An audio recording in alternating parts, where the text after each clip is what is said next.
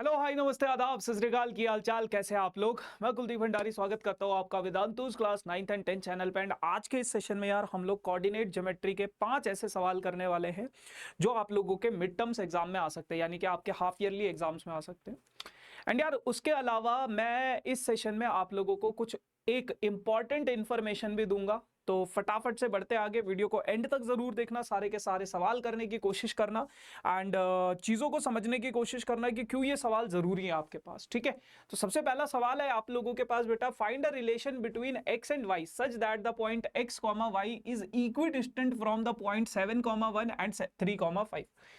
कह रहे हैं कि आपको एक रिलेशन फाइंड करना है x और y के बीच में, और आपके पास ये जो पॉइंट है 7, 1 और 3, 5, ये दोनों के दोनों पॉइंट्स जो हैं इक्वी डिस्टेंट पे हैं।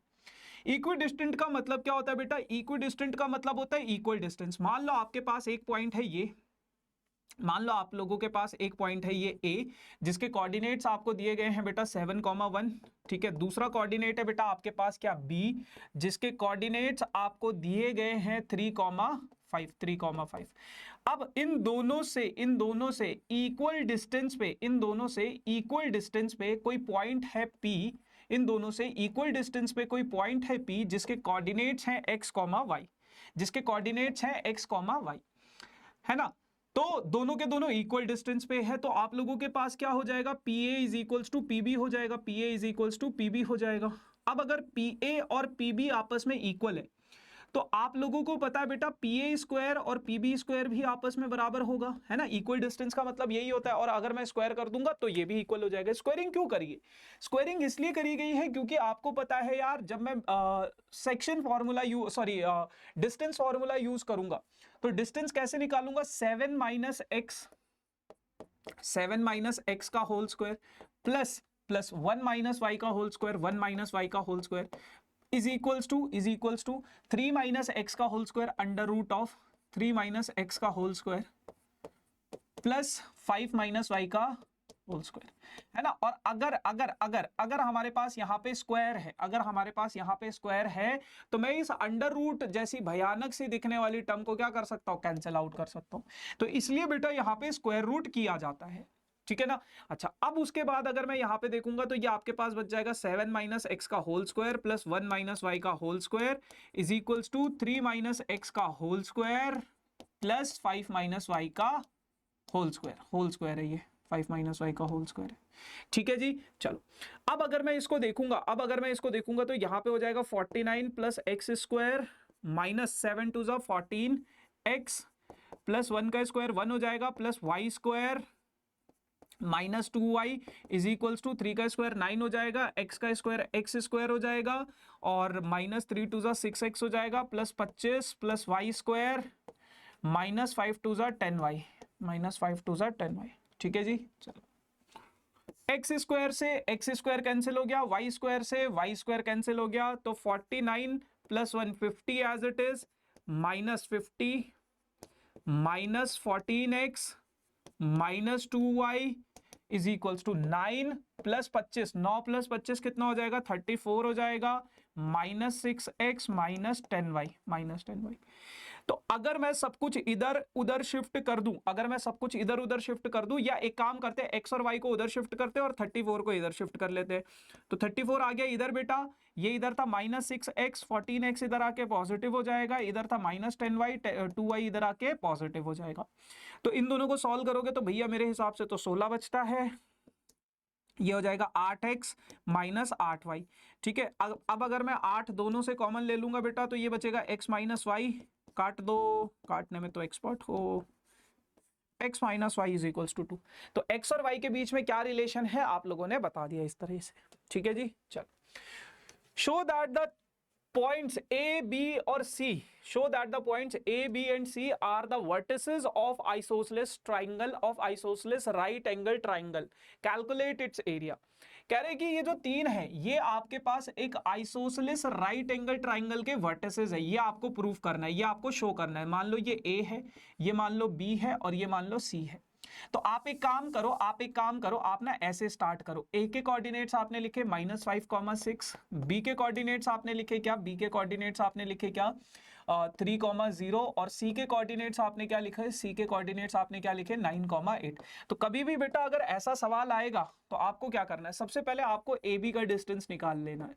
ए बी का डिस्टेंस कितना हो जाएगा, under root of x2 minus x1 यानी कि 3 माइनस -5 का होल स्क्वायर, है ना। तो थोड़ा ध्यान से चीजों को सब्स्टिट्यूट करना है बस, प्लस y2 माइनस y1 का होल स्क्वायर यानी कि 0 माइनस 6 का होल स्क्वायर। तो ये आप लोगों के पास ए बी का वैल्यू हो जाएगा कितना, ए बी का वैल्यू आ जाएगा आपके पास माइनस माइनस प्लस हो जाएगा, 3 + 5 8 का स्क्वायर प्लस 6 का स्क्वायर, 8 का स्क्वायर हो जाता है 64 प्लस 6 का स्क्वायर हो जाएगा 36 और ये हो जाएगा अंडर रूट 100 यानी कि कितना आ जाएगा आपके पास 10 आ जाएगा। ठीक है, फिर उसी तरीके से बेटा आप लोग क्या करोगे, आप लोग BC निकाल लोगे डिस्टेंस फार्मूला से। डिस्टेंस फार्मूला अगर मैं थोड़ा सा लगाऊं तो 9 - 3 हो जाएगा, 9 - 3 का स्क्वायर प्लस 8 - 0 का स्क्वायर।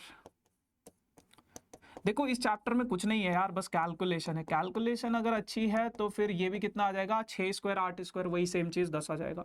फिर अगर मैं निकालूंगा बेटा आप लोगों के पास क्या, आप लोगों के पास निकाल लिया, अब अपन ने AC निकाल लिया, तीनों साइड्स को निकाल लो। अंडर रूट ऑफ क्या हो जाएगा AC 9 - -5, 9 - -5। ठीक है, तो ये हो जाएगा अपने पास कितना, इसका स्क्वायर प्लस 8 - 6 का स्क्वायर। ठीक है जी, तो ये हो जाएगा आपके पास 9 माइनस माइनस क्या हो जाएगा, प्लस हो जाएगा, 9 + 5 कितना हो जाएगा 14 का स्क्वायर प्लस 8 - 6 क्या हो जाएगा आप लोगों के पास, 8 - 6 यानी कि 2 का स्क्वायर हो जाएगा। ठीक है, और ये हो जाएगा 14 का स्क्वायर कितना होता है 196 प्लस 2 का स्क्वायर होता है 4 यानी कि अंडर रूट ऑफ 200। तो ये हो जाएगा कितना 10 अंडर रूट 2 आपका AC आ गया। अब बेटा आपको अगर इसको आइसोसेलेस ट्राइंगल, देखो आइसोसेलेस ट्राइंगल तो ये है, आइसोसेलेस ट्राइंगल क्यों है, आपको दिख रहा है AB किसके बराबर है, AC के बराबर है। AB और BC क्या है, आपस में बराबर है। AB और BC आपस में बराबर है तो इसकी वजह से ये आइसोसेलेस ट्राइंगल है। मान लो ये AB है, ये BC है, तो AB और BC तो इक्वल हो गए, आइसोसेलेस ट्राइंगल तो हमने प्रूव कर दिया। अब इसको राइट एंगल ट्राइंगल भी प्रूव करना है। राइट एंगल ट्राइंगल की क्या प्रॉपर्टी होती है, राइट एंगल ट्राइंगल की प्रॉपर्टी होती है भैया, जो हाइपोटेन्यूज होता है वो परपेंडिकुलर और बेस के स्क्वायर के बराबर होता है, हाइपोटेन्यूज का स्क्वायर, है ना। तो मैंने क्या किया, AC का स्क्वायर निकाल लिया। AC का स्क्वायर कितना हो जाएगा 10√2 का स्क्वायर यानी कि 200 आ जाएगा। अच्छा, अब अगर मैं BC का स्क्वायर निकालूं तो 10 का स्क्वायर कितना हुआ मालिक, 100 हुआ। अगर मैं AB का स्क्वायर निकालूंगा तो 100 हो जाएगा। अब अगर मैं देखूंगा तो AB square plus BC square क्या हो जाता है, वो AC स्क्वायर के बराबर हो जाता है, बराबर हो जाता है।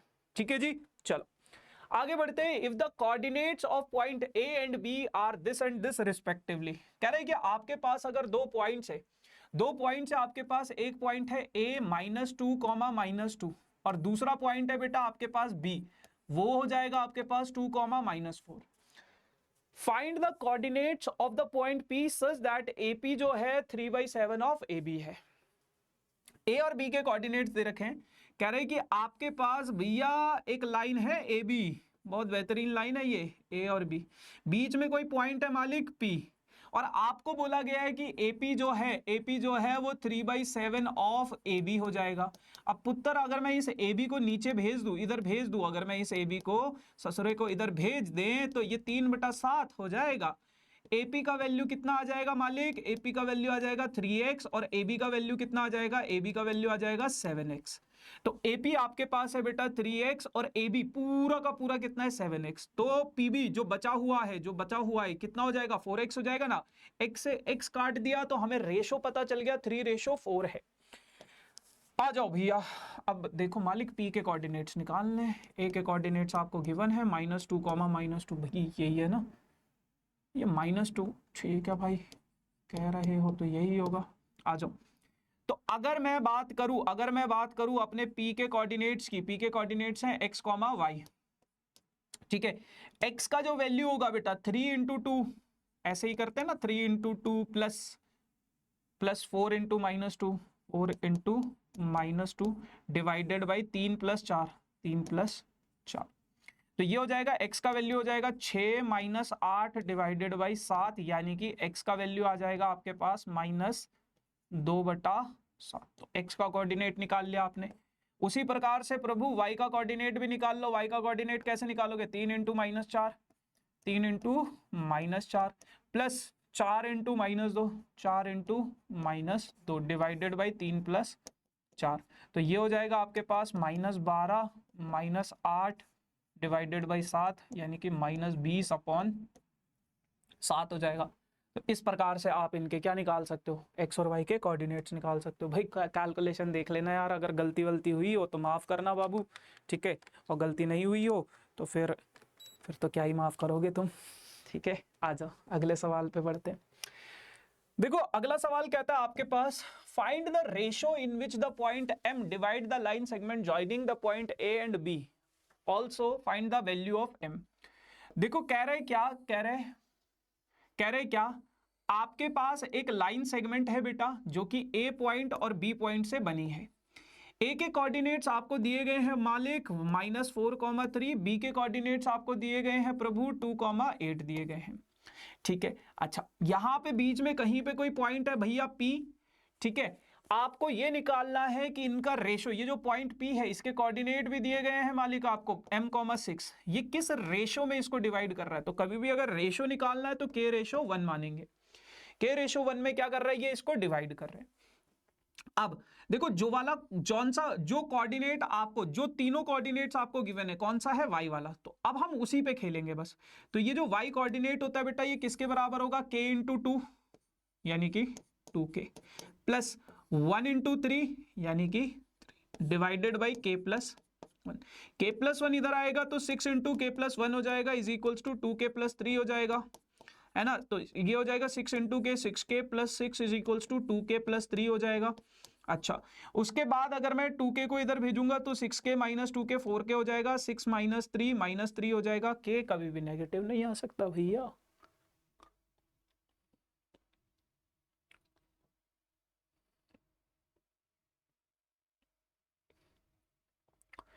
k नेगेटिव है तो इसका मतलब या तो तुमने गलत किया है या तो एग्जामिनर ने कुछ गलत दिया है, ठीक है भैया।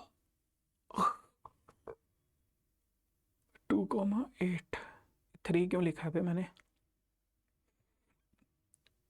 अरे यार 2 से काहे को मल्टीप्लाई किया है? 8 से मल्टीप्लाई करेंगे ना y वाले कोऑर्डिनेट से। तो 6 जो होगा 8 × k 8k हो जाएगा, प्लस 1 × 3 3 हो जाएगा, डिवाइडेड बाई k + 1 हो जाएगा। k अगर नेगेटिव आ रहा है समझ जाओ कुछ गड़बड़ हुआ है। k + 1 इधर आएगा तो 2k + 3 बच जाएगा, 6k + 6 is equals to 8k + 3, है ना। 3 को इधर, 6k को इधर, तो 6 - 3 is equals to 8k - 6k। तो ये हो जाएगा आपके पास 3 इज इक्वल्स टू 2k। तो k का वैल्यू जो होगा यहाँ पे आपके पास आ जाएगा 3/2 इज इक्वल्स टू k। तो k का जो वैल्यू है वो आपके पास हो जाएगा 3/2, 3/2। ये आपके पास k का वैल्यू हो जाएगा, ये आपके पास k का वैल्यू हो जाएगा। अब अगर आपके पास ये k का वैल्यू है मेरे भाई, अगर ये k का वैल्यू है आपके पास, अब आपको इस m को निकालना है।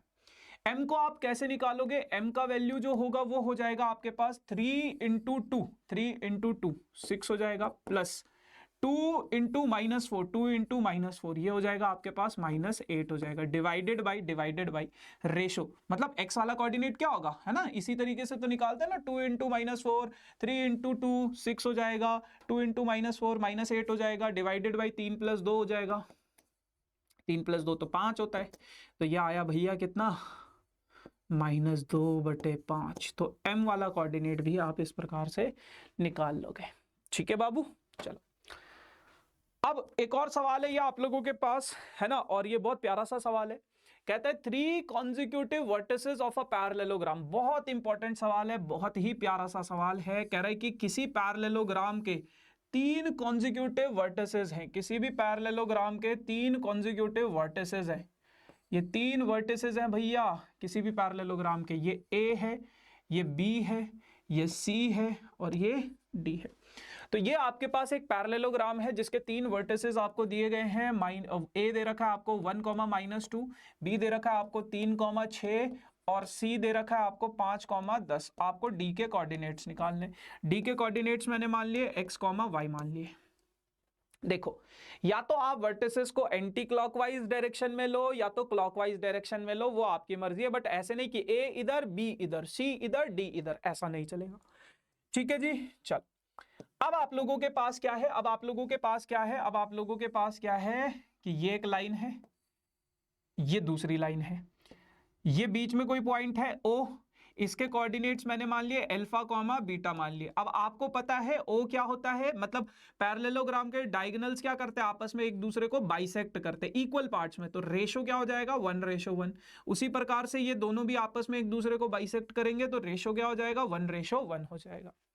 ठीक है, अब अगर मैं अपना सिर्फ इस लाइन को देखूं AC को, अगर मैं अपना सिर्फ और सिर्फ इस लाइन को देखूं AC को, तो ये A है मालिक, ये C है, ये A है बाबू, ये C है।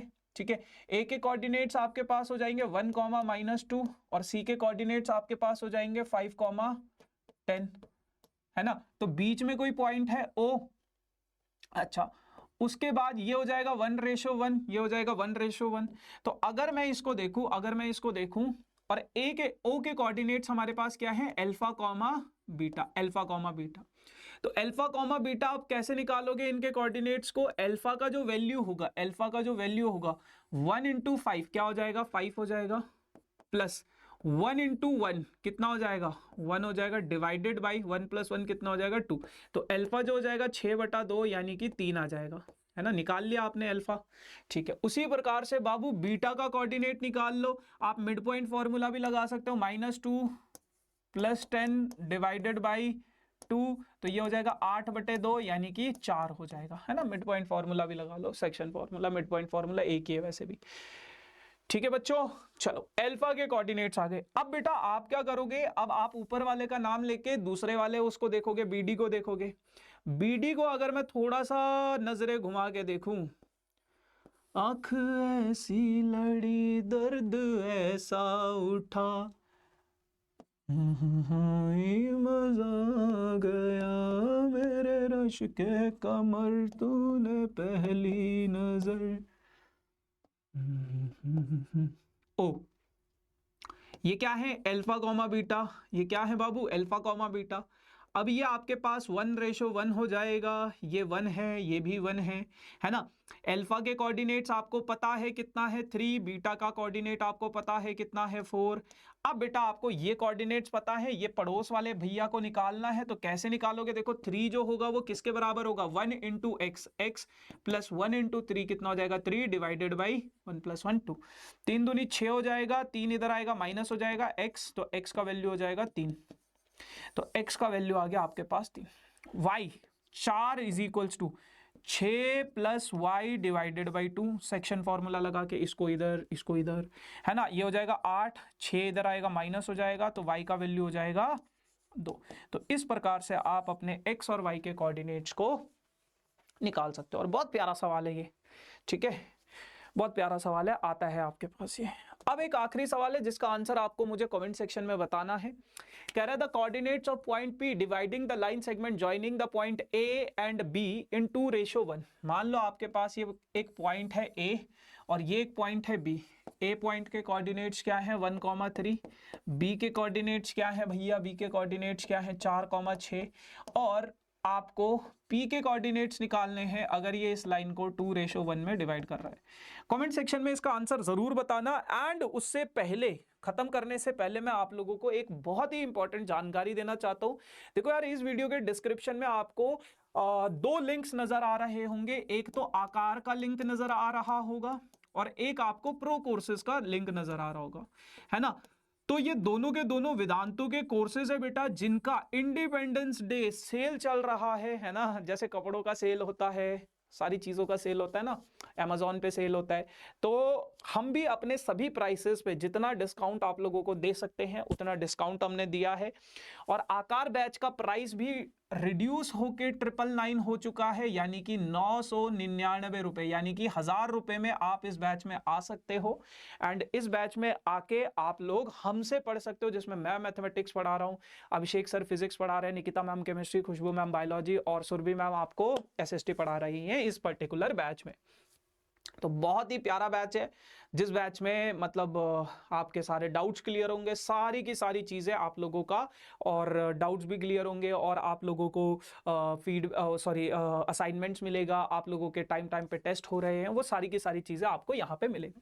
उसके अलावा बेटा एक वेदांतु का प्रो कोर्स होता है, जो आकार बैच के कंपैरिजन में थोड़ा सा महंगा होगा। इसका एग्जैक्ट प्राइस शायद मुझे पता नहीं है, शायद 13,000 है आई गेस, है ना, पूरे साल भर का है। यहाँ पे जो है ना, यहाँ पे आपको 1-to-1 वाली फीलिंग होने वाली है, यानी कि आपके पास एक ऐसा एकेडमिक मेंटोर होता है जो आपके हर एक प्रॉब्लम का सॉल्यूशन आपको देता है। आपके हर एक प्रॉब्लम का सॉल्यूशन का मतलब क्या है कि अगर आप लोग किसी भी पॉइंट पे, है ना, डिप्रेस फील कर रहे हो या मोटिवेशनल फील नहीं कर रहे हो, तो ये आपको मोटिवेट करेगा, ये आपको उसका सोल्यूशन निकालने की कोशिश करेगा। कभी भी आपको डाउट आ जाए क्लास के बाद भी, तो आप लोग इनकी हेल्प ले सकते हो। यहाँ पे आपको 24/7 डाउट सॉल्व का एक्सेस भी मिलता है ना। वेदांतु की तत्व बुक्स मिलती हैं आपको, तो बहुत सारे अमेजिंग से फीचर्स, यानी कि एक पर्सनल, आप लोग ऐसा फील करोगे कि कोई एक ही इंसान है जो हमें मतलब पढ़ा रहा है, हमारा देखभाल करने के लिए, हमारे पढ़ाई की जिम्मेदारी सारा कुछ इसी इंसान के ऊपर है। तो बहुत बढ़िया बैच है ये भी। यहाँ पे अगर आप आते हो और अगर आपका इस बैच में आपके पास एक और फीचर है which is called Vedantu improvement promise. तो हम लोग प्रॉमिस करते हैं आपको कि आपका इंप्रूवमेंट डेफिनेटली होगा ही होगा। अगर नहीं होगा तो आप अपना सारा पैसा वापस ले जा सकते हो, बस अगर आपने 75% क्लास अटेंड कर रखी है, एंड हम जो असाइनमेंट देते हैं वो अटेम्प्ट कर रखे हैं 75% तक। तो 75% क्लास अटेंडेंस होनी चाहिए, 75% असाइनमेंट अटेम्प्ट आपके होने चाहिए। अगर आपकी ये दो कंडीशन है, तो हमें पता है, हमें अपने असाइनमेंट्स पे भरोसा है, हमें अपने टीचर्स पे भरोसा है, फिर भी अगर आपका इंप्रूवमेंट नहीं होगा तो शायद हमारे ही एंड से कहीं ना कहीं मिस्टेक रह गया होगा, तो आपका सारा का सारा पैसा हम लोग वापस दे देंगे, ठीक है, विदाउट आस्किंग एनी क्वेश्चन। तो इन दोनों के लिंक्स इस वीडियो के डिस्क्रिप्शन में है, आप लोग चेकआउट कर लेना। और ये सबसे बेस्ट टाइम है, क्योंकि 13, 14, 15 और 16 3-4 दिन आप लोगों के पास ये सेल रहने वाली है। उसके बाद खत्म हो जाएगी, प्राइस बढ़ जाएंगे, फिर मत बोलना अरे भैया क्या हो गया, ठीक है जी। चलो, so yes guys, this is all about for this session. बाकी इसका आंसर मुझे कमेंट सेक्शन में बताना। Thank you so much, tata bye bye.